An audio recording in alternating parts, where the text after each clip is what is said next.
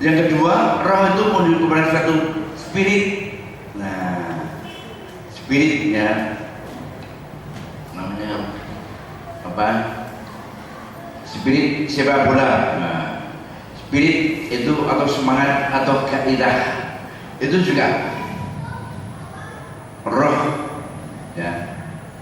Kalau kita berbicara mengenai roh, bukan hanya menuju kepada pribadi, kadang-kadang Tuhan bicara mengenai spirit, semangat atau gairah. Makanya ya rohmu menyala-nyala, layaninya Tuhan, itu berbicara mengenai semangat, spirit ya.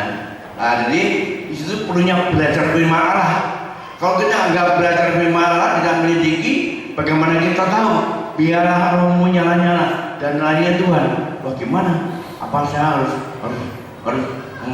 menyalakan api dalam roh saya ini? Oh, itu berbicara mengenai semangat. Ya, semangat kita menyala-nyala ya. Itu juga roh ya.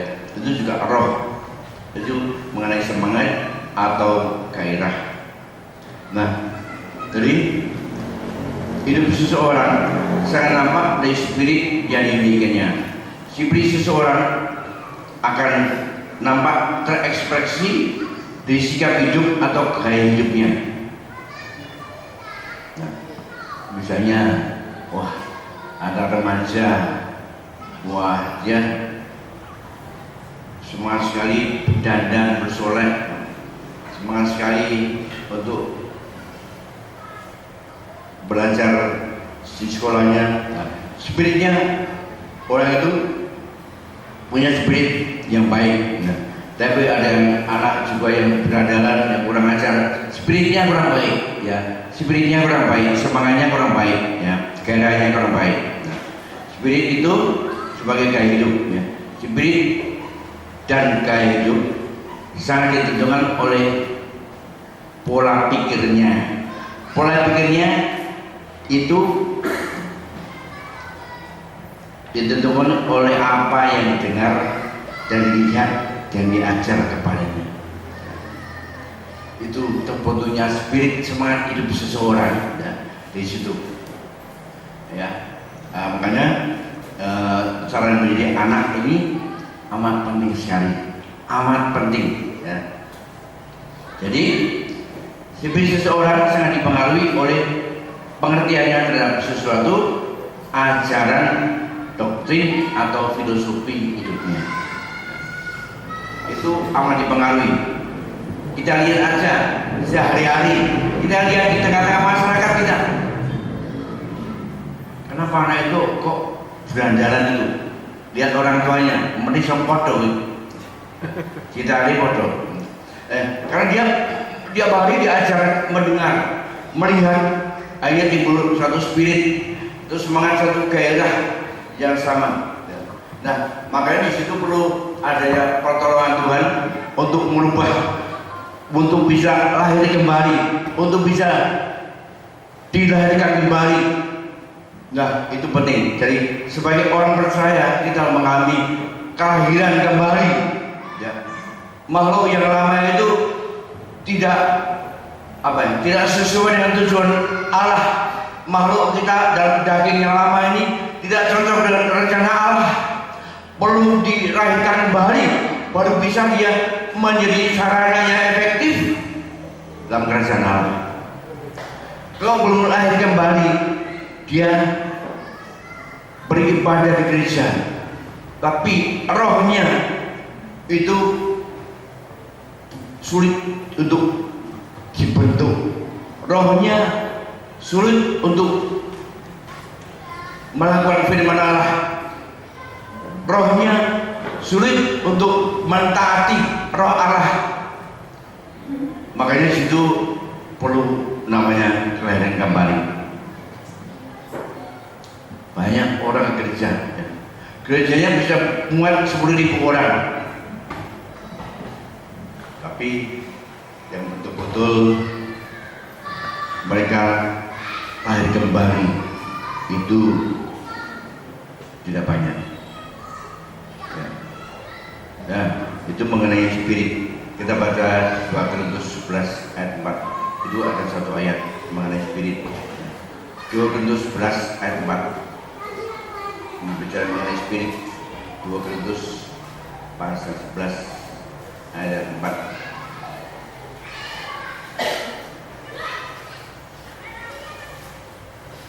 2 Korintus 11 ayat 4.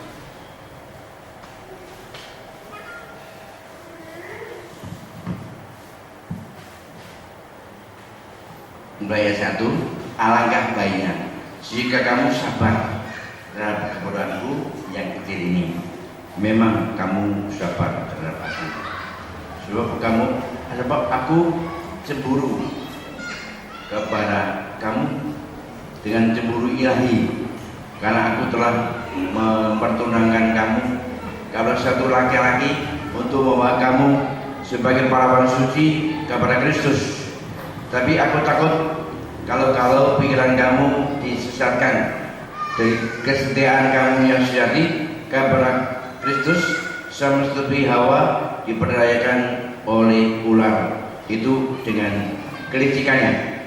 Sebab kamu sabar saja jika ada seorang datang memberitakan Yesus yang lain daripada yang telah kami beritakan, atau memberikan kepada kamu roh yang lain daripada yang telah kamu terima, atau Injil yang lain daripada yang telah kamu terima. Nah, itu di situ. Itu roh di situ berarti spirit atau semangat yang lain, seperti yang diajarkan oleh Paulus. Semangatnya beda. Orang beribadah tapi semangatnya belum tentu kepada roh Allah. Dia hanya mencari suasana, banyak temannya atau rame-rame, ya, seolah-olah udah benar di hadapan Allah.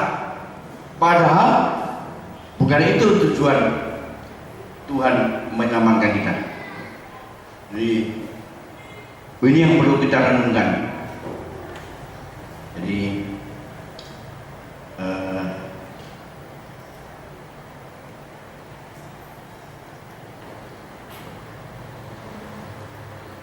kita juga mencemaskan, ya, di mana anak-anak muda sekarang ini berurusan dekat dengan internet, televisi, sampai kepada alat komunikasi yang lainnya yang akan menjadi guru dan mengajar generasi ini. Karena generasi ini sungguh amat sangat rawan, betul. Ini pengaruhnya di dunia. Orang tua tidak akan bisa mengawasi. Orang tua tidak mungkin bisa mendidik anaknya, karena anak akan dididik oleh internet, dididik oleh alat-alat komunikasi yang canggih. Dan itu mendunia, semua manusia mengalami itu. Anak kecil sekarang akan lebih hebat secara teknologi, mengoperasikan internet. Itu bukan baik. Itu kan mendidik dia, jiwanya, rohnya akan bentuk nanti. Itu kuasa pengemudi udara, roh apa yang akan membentuk dia? Itu amat menentukan. Jadi hati-hati saudara, jangan bangga. Aku udah bisa beli HP yang apa itu, yang ada layar sentuhnya, seolah-olah sesuatu yang membanggakan dirinya. Tapi secara roh, banyak orang, banyak anak-anak diajak komunikasi amat sulit nantinya. Makanya nanti ke depan diwajibkan semua anak yang belum sekolah harus ikut PAUD, pendidikan anak usia dini. Dulu zaman saya, anak TK bisa baca tulis, bisa bahasa Inggris senang sekali. Wah, hebat ini.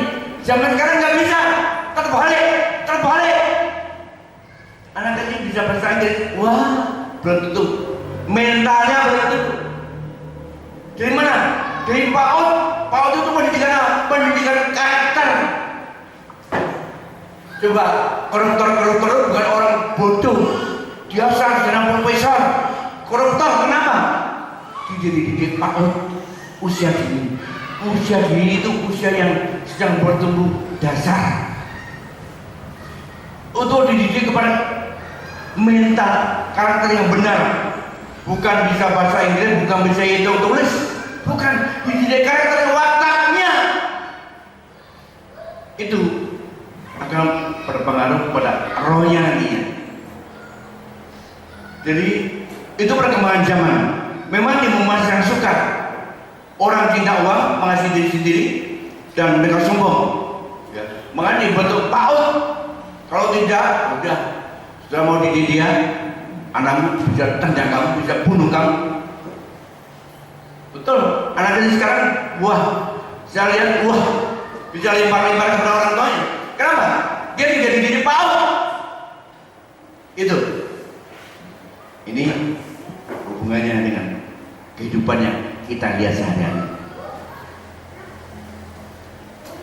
Nah, jadi itu mengenai spirit, mengenai semangat, mengenai gairah anak-anak sekarang juga. Nah, semuanya ke internet. Gairahnya itu orang tuanya juga tidak tahu, karena tidak pernah mempelajari firman Allah. Mereka tidak pernah belajar Alkitab. Mereka hanya kasih makan, kasih uang.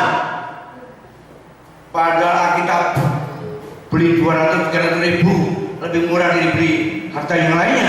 Tapi orang masa bodoh, aku punya ke gereja selamat masuk surga. Siapa yang bilang? Tuhan tidak akan engkau berbuat kejahatan, berarti ya, sama perempuan pelacur, sama tadi orang yang berbuat mujizat.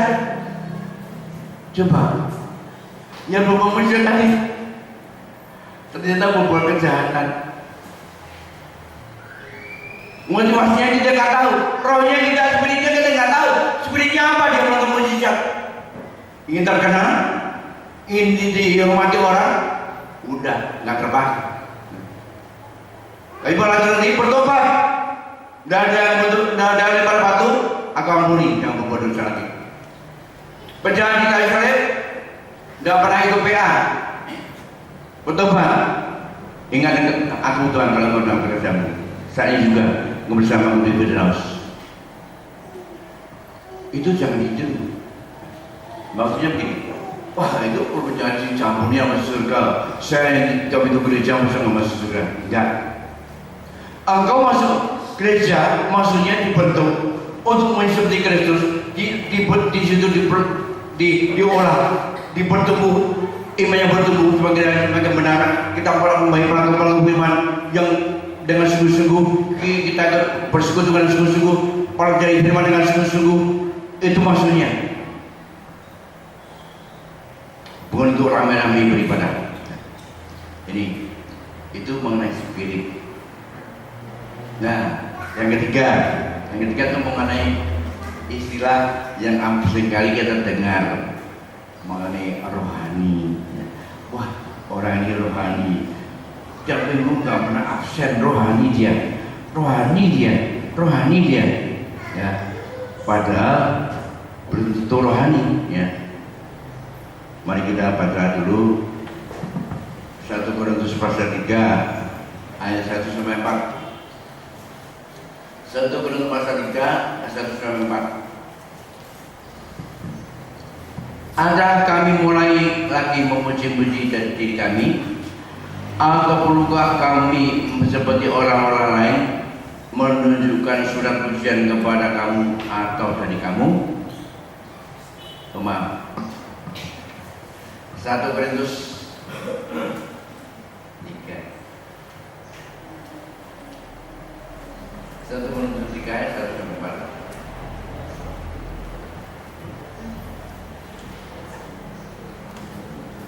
Dan aku, saudara-saudara, pada waktu itu tidak dapat berbicara dengan kamu seperti dengan manusia rohani, tapi hanya dengan manusia duniawi yang belum dewasa dalam Kristus.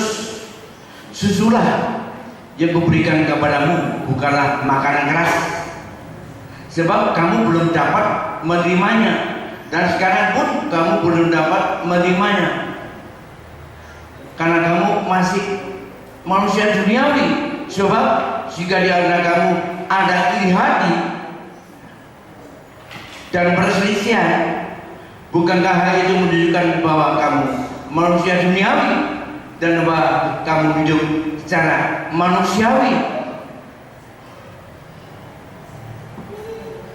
Karena jika ada seorang berkata, aku dari golongan Paulus, yang lain berkata, aku dari golongan Apolos, bukankah hal itu menunjukkan bahwa kamu manusia duniawi yang bukan rohani?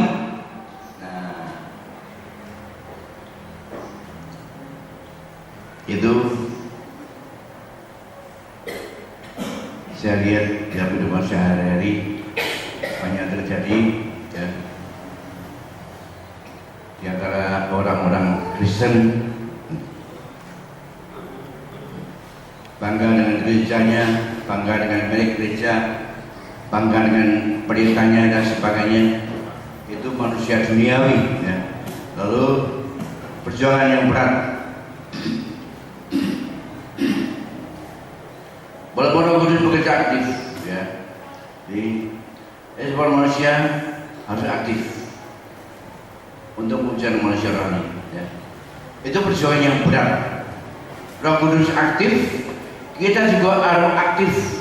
Roh Kudus aktif, roh kita juga harus aktif untuk memperjuangkan, mewujudkan manusia rohani. Seseorang harus mempertaruhkan segenap hidupnya.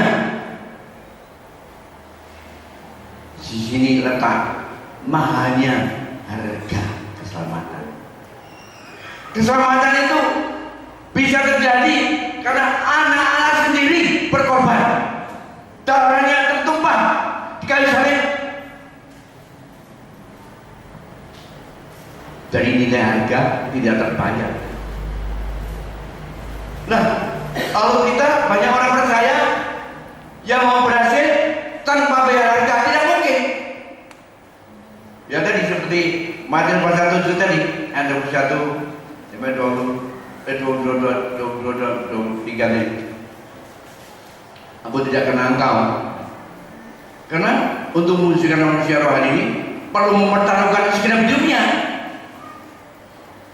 Ya, cara itu.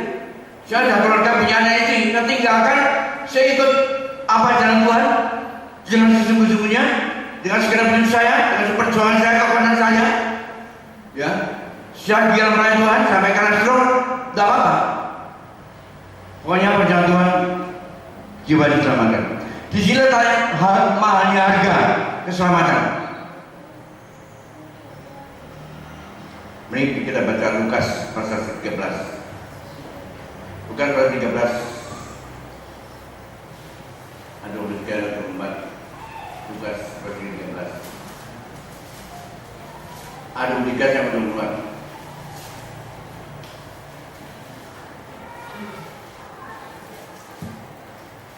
Lukas pasal 13.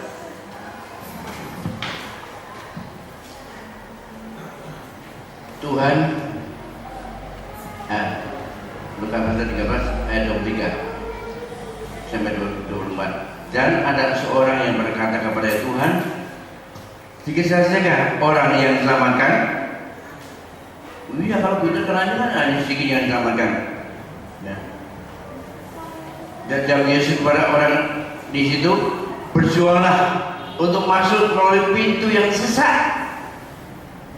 Sebab aku berkata kepada banyak orang akan berusaha untuk masuk, tapi tidak akan dapat. Coba bayangkan.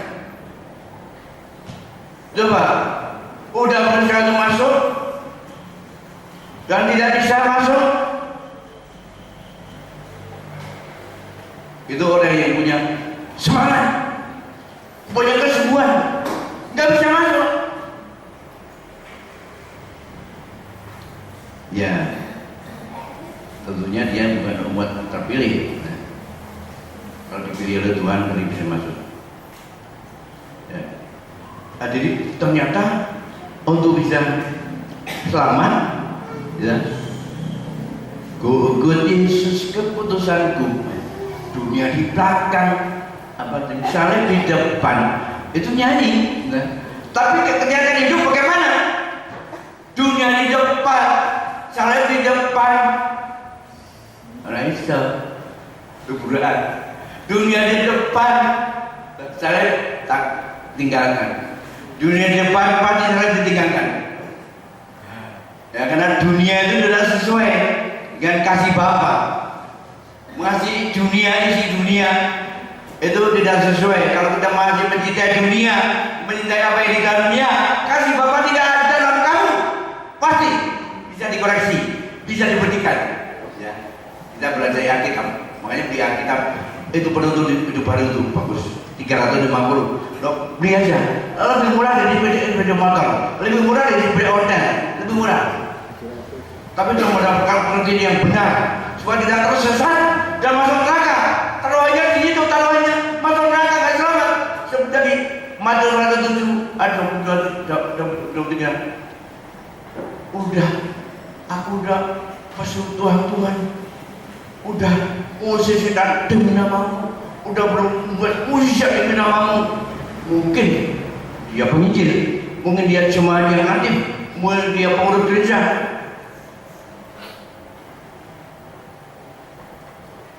Ya, jadi membentangkan mereka itulah pertaruhan segenap hidup, perkara yang berat, saudara. Makanya itu Tuhan, jadi murid Tuhan pikul salib menyengat diri. Itu nggak gampang. Nyanyiannya enak-enak, tapi nyanyian itu kan sebagai ini jangan sampai balik ya. Nyanyi itu sebenarnya diciptakan untuk sebagai ekspresi iman kita. Tapi kalau nyanyian yang indah-indah itu, saya pikir udah banyak menyesatkan orang. Banyak orang dengan lagunya itu bisa ngantuk, dia liar, tapi tidak pernah melakukan firman sama sekali. Hidupnya tetap duniawi. Mereka memutar lagu rohani itu bisa enak sekali. Nah itu bahayanya. Makanya saya senang menyanyi sendiri. Ya. Seharusnya kita menyanyi dari hati kita, menyanyi dengan sungguh-sungguh, dengan segenap hati. Ya. Kalau nyanyi yang baru yang menyentuh hati saya sadar saya apalkan sampai saya hafal luar kepala. Supaya saya hayati dengan hati kami. Itu nyanyian itu lebih menyentuh hati. Makanya sebelum ibadah itu kalau bisa jangan serta kaset, tapi cuma memuji Tuhan. Saya sering awali kasih dari surga mau menemui tempat ini itu dari hati. Tapi kalau dari kaset ngomong dari cerita gimana tadi kemarin, ini kasetnya pasti berputar. Ini cerita di gimana kemarin, tidak muji Tuhan. Kalau dari hati itu ekspresi yang benar. Nah, ini harus memperterapkan hidup kita. Tadi udah ada di itulah beberapa nama. Bagian akhir ya kita baca Efesus pasal 6. Ya. Bagi yang mengerti Efesus pasal 6.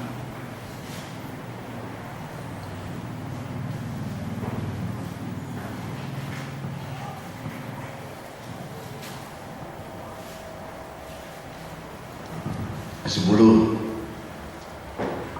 19. Kita baca dan bergantian. 10-19.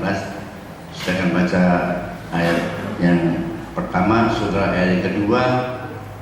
Kita bergantian sampai dengan ayat 18. Efesus pasal 6. Akhirnya hendaklah kamu kuat di dalam Tuhan, dalam kekuatan kuasanya. Kenakanlah sarung perlindungan sama saya, supaya kamu dapat tahan melawan tipunya iblis.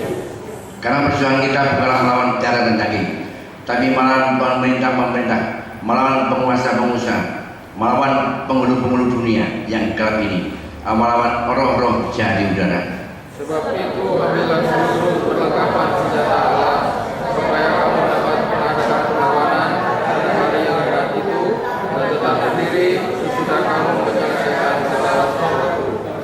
Jadi berdirilah tegap, berikat pinggangkan kebenaran, dan berbaju jiragan keadilan.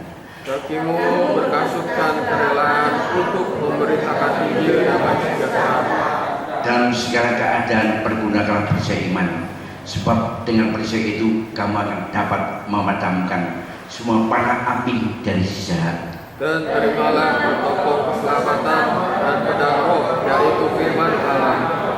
Dalam segala doa dan permohonan berdoalah tiap waktu dalam roh, dan berjaga-jagalah dalam doamu itu dengan permohonan yang tidak putus-putusnya untuk segala orang kudus. Nah saudara, itulah perkara rohani yang kita lakukan tiap hari dengan segenap hati, jiwa, dan budi.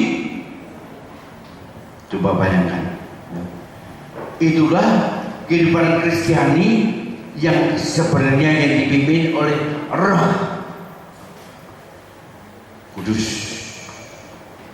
Makanya perlu sekali kita menunjukkan Roh Kudus. Tanpa Roh Kudus kita bisa disesatkan oleh roh dunia ini. Nah, banyak roh, apalagi Lucifer, dia punya anak buah banyak sekali, ya, punya tentara, ya, yang banyak sekali. Nah, ujilah tiap roh. Bagaimana menguji roh? Di firman Allah. Kalau sudah nggak pernah baca firman Allah, mudah diselesaikan oleh roh. Nah, ajaran-ajarannya bukan dari roh Allah, tapi dari roh dunia ini. Ikut Tuhan Yesus akan kaya. Itu bukan dari Roh Kudus. Bukan dari Roh Kudus. Bukan dari Roh Kudus. Saya mengikuti itu selama di Tegal ini. Dengan Pak Kantor. Tapi kok nggak pernah pas, nggak pernah pas. Enak itu kan? Kok nggak pernah pas ya? Nggak pernah pas. Kalau dari Roh Kudus itu kita pada damai sejahtera, ada sukacita, ada kerendahan hati. Orang yang benar Roh Kudus akan kerendahan hati, tidak sombong. Dia mau mengampuni, mau minta maaf, mau berdamai, karena kita punya Tuhan itu Raja damai.